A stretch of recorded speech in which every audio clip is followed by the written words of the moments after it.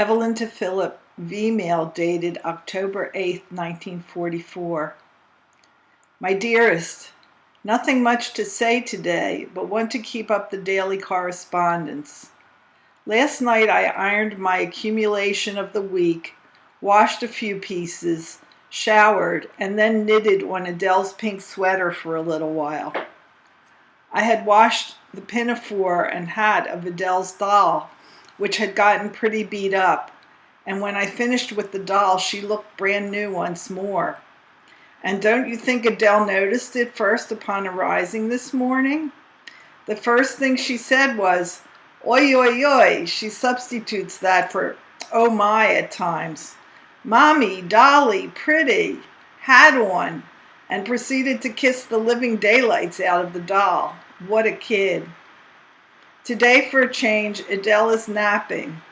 I should say thank God, and I am knocking this out during that time. I washed again today and did quite a bit of dusting, etc., to put the house in order. Mom and I, Adele too, are going to go to Ethel's when Adele awakes. We're only going for the ride and will stay for a few hours only. The weather today is gorgeous. In fact, it's just ideal. How it makes me want you. Adele now asks me to come here and fix it and tie it and upstairs and downstairs. She had me chasing after her all morning. One of the kids in the drive has a little all-black puppy named Inky, and the kids love to play with Inky. Adele almost gets hysterical over him. She loves him that much. I stopped over to see Shirley and Emma and learned that Shirley had returned to Yale and that Em was still sleeping. I was rather shocked to hear of the death of Wilkie, for it seemed so very sudden to me. Seymour called yesterday and expects to get home for a few hours in about 2 weeks. He almost counts the days till he'll go on liberty.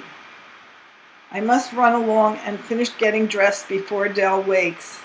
By the way, Flora and Marvin are home on a 12-day furlough, the like of which they get about every 5 months. They both look very well and asked about you. I believe Marvin's camp expects to close up in the near future. It's just as I said, that most of the camps are folding up. I've had the same report in 3 instances. My fondest love, my darling Phil, and if I could just get my arms around you, I'd just squeeze you to bits. I love you so much, sweet. Your Ev. P.S. I filled it up after all. Philip to Evelyn, 8 October 1944. Ev, dearest, how long is it since you've had mail from me? 4 days? 5? I really don't know, but I do know that I very much regret that I couldn't write in that period. The reason, of course, was that I went on pass to London. I really wasn't so anxious to go, but Sergeant Danner prevailed on me to go along, quote, with me to show him how to get around in the big town. It was his first trip there. He just came overseas in July of 44, and he was just as eager to visit London as he was reluctant to go alone. So after he had asked me some 5 or 6 times within the past few weeks, and because the danger from buzz bombs is just about past, I finally decided to go along with him when my pass came up on the 5th of October. Well, Chippy, I could write reams and reams about the trip, or rather the things we did and saw while in London, but it is rather late in the evening to attempt to get it all down tonight. So I'll give you a brief outline here and try to elaborate on some of it later. Suffice it to say, then, that most of our time was spent taking in the shows. We spent both nights at the Turkish bath. It was the first time I'd been there since April, and it certainly was wonderful to enjoy the luxury of the baths once again. The pictures we saw in this order: Mask of Demetrius, Greenwich Village, Dragon Seed, Bathing Beauty, and Sensations of 1945. We also took in a show. Page 2. It was a musical comedy titled Happy and Glorious. We had seats smack in the center of the front row, and the show was everything the title implied. Chippy, it was truly wonderful, and I wished so much that you were there to share my enjoyment.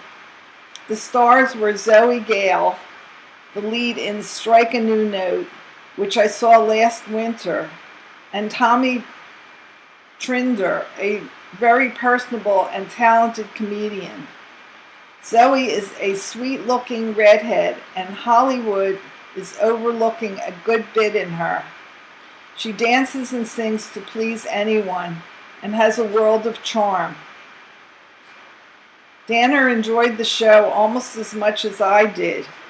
Nobody could enjoy it more.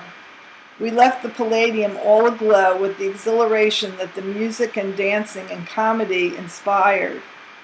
For sheer entertainment, it was tops.